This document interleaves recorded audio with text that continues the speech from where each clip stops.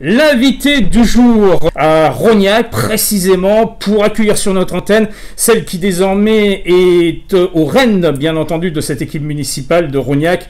Je tiens à vous présenter et à saluer et à dire bonjour, Madame le maire. Madame le maire. Alors, Madame le maire, nous nous retrouvons aujourd'hui sur l'antenne de Chérie FM avec grand plaisir pour parler bien sûr de la commune de Rognac, mais au-delà aussi parler de ce parcours d'une année un peu particulière, il faut bien le dire. L'année 2020 est une année pas comme les autres et il y a eu une étape importante et on s'en souvient puisque c'était quasiment au même instant où l'épidémie s'est répandue au plan mondial. C'est bien entendu les élections municipales avec une belle victoire d'une équipe municipale qui était déjà en place. Ah, c'est vrai qu'au mois de mars, on a eu notre programme a été plébiscité, je veux dire avec 90%.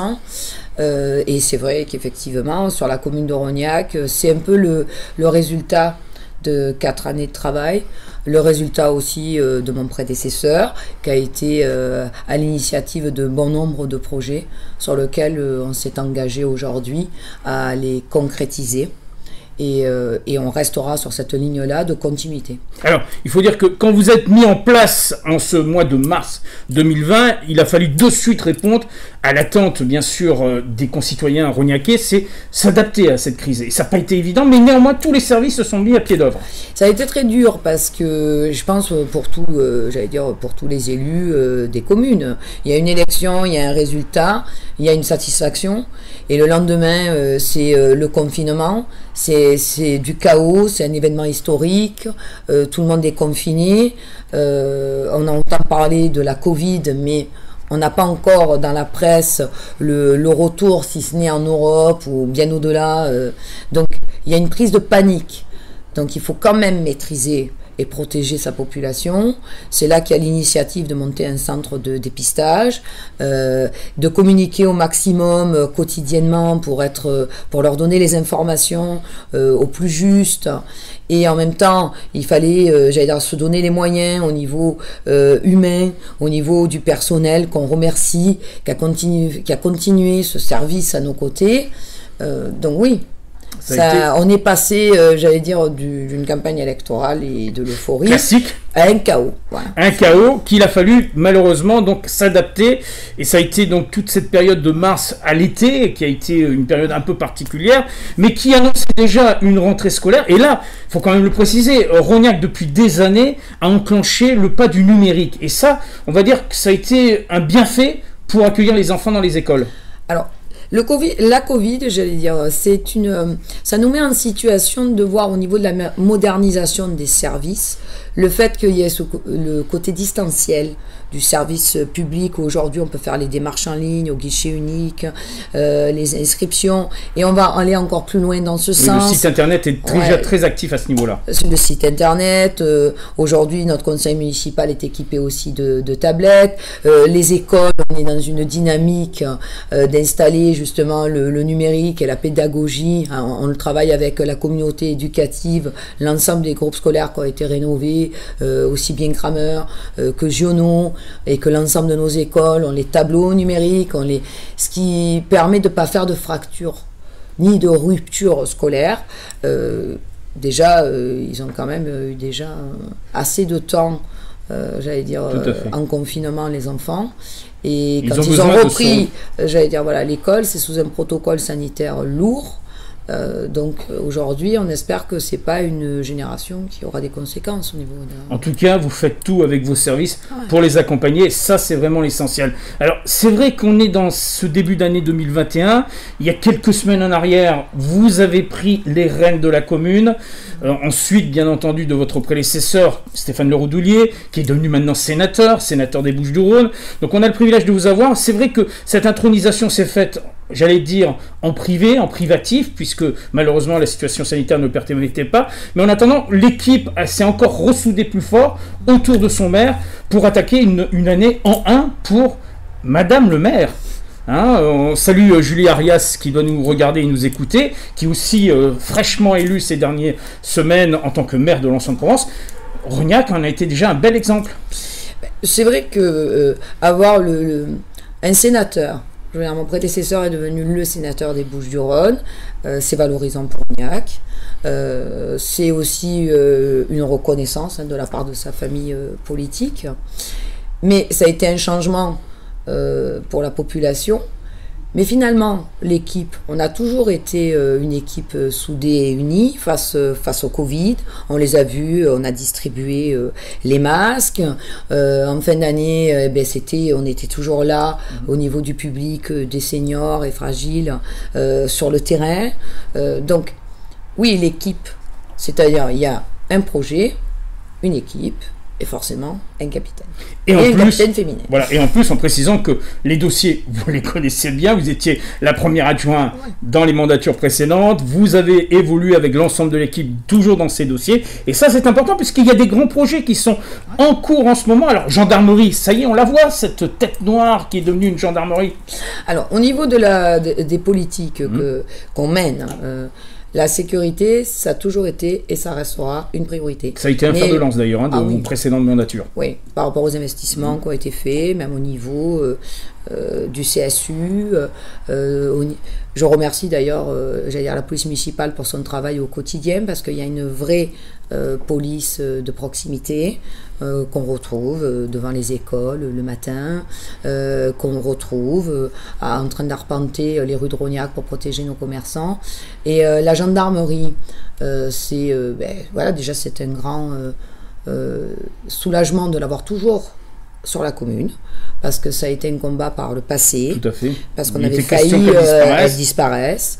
Et aujourd'hui, encore plus à l'entrée de ville, et cette coproduction de ce projet sécurité avec le CSU, l'APM, la police nationale, la signature de la CMER avec la préfecture. Ils sont dans le même axe, c'est-à-dire entre Rognac-le-Bas, Rognac-le-Haut, à équidistance de toutes les habitations. Et quand le projet commence, on est l'une des rares villes à avoir justement le CSU en cohabitation.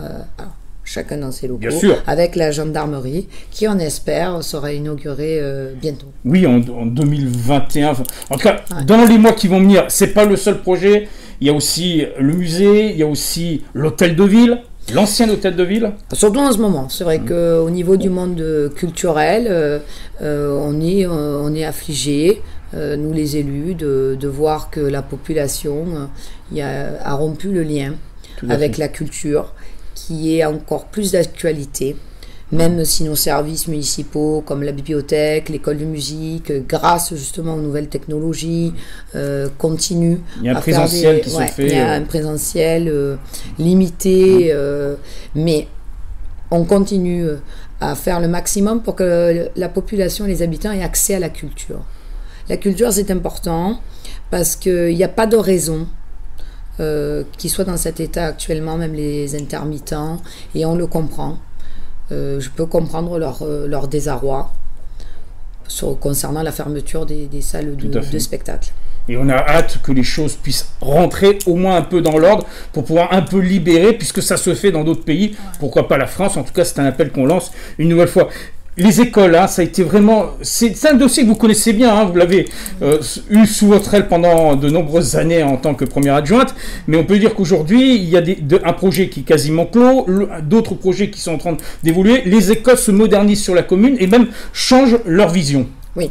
Alors, concernant, les projets, on est toujours dans une logique de complexe éducatif, comme on a dans la rénovation de l'école Kramer par le passé. Aujourd'hui, c'est avec une concertation avec les populations. Il y a toujours eu la concertation avec l'éducation nationale, les riverains. Quand je dis c'est des complexes éducatifs, c'est parce qu'on a conscience que les enfants, ils passent entre 7h et 18h30 dans ce sanctuaire, on va dire, éducatif, ce qui fait qu'ils ont besoin des structures sportives adaptées, des classes aussi adaptées, qu'ils aient le meilleur cadre pour être dans les bonnes conditions pour apprendre. Voilà. Et encore plus par cette période Covid, ça nous rappelle la nécessité que l'éducation, elle est indispensable. Il faut une politique sécurité forte et une politique éducative forte. Et le troisième fer de lance que vous mettez aussi en exergue, c'est la santé, avec un nouveau pôle santé qui a vu le jour aussi. Alors évidemment, hein, je veux dire, on était au niveau des spécialistes, on souhaite être un territoire et une ville attractive pour qu'ils puissent établir, j'allais dire, des pôles médicalisés. On retrouve toutes les disciplines médicales pour pouvoir accompagner des spécialistes, encore une fois, pour protéger au mieux nos habitants, du plus petit au plus grand, aux plus anciens, aux seniors, aux plus anciens. Alors justement, les seniors, parlons-en. Voilà, je vous montre. On a ce petit dépliant qui a été à la disposition de chaque Rognac et Rognacaises, et au-delà aussi dans les services publics. Vous soutenez en permanence nos seniors comme les plus jeunes, mais avec toutes des actions, hein, et ils sont importantes ces actions. Alors oui, au niveau du CCAS, là aussi, un travail, j'allais dire, qu'on peut saluer, qui était indispensable pour garder le lien avec les seniors qui se sentent quand même un peu isolés, parce que même c'est un public qui était demandeur notamment, qui avait le lieu de vie du foyer Saint-Jacques, qui même s'il s'est transformé en centre de dépistage, qui on espère demain se transformera en centre de vaccination, et on fait tout pour ça. Pour que les choses puissent rentrer dans l'ordre le plus vite possible. Pour qu'on puisse encore une fois être dans une protection affective, morale et physique de chacun, c'est-à-dire c'est indispensable. Tout à fait, on précise bien qu'en plus, Rognac a été une ville vecteur pour la constitution d'un conseil des sages, et le conseil des sages, ce sont nos anciens, donc ils sont impliqués totalement dans les décisions. Ah oui.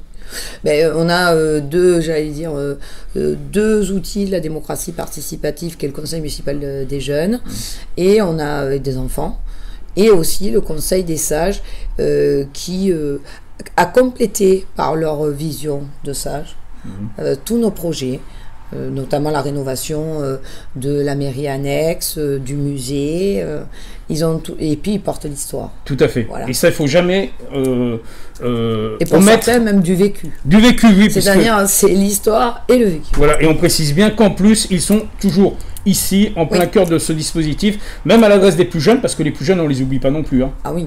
Ça, c'est essentiel. Et nous sommes attachés, notamment au devoir de mémoire, et on n'hésite pas dans les cérémonies patriotiques à impliquer la nouvelle génération montante, parce que je pense qu'il faut savoir passer aussi le relais.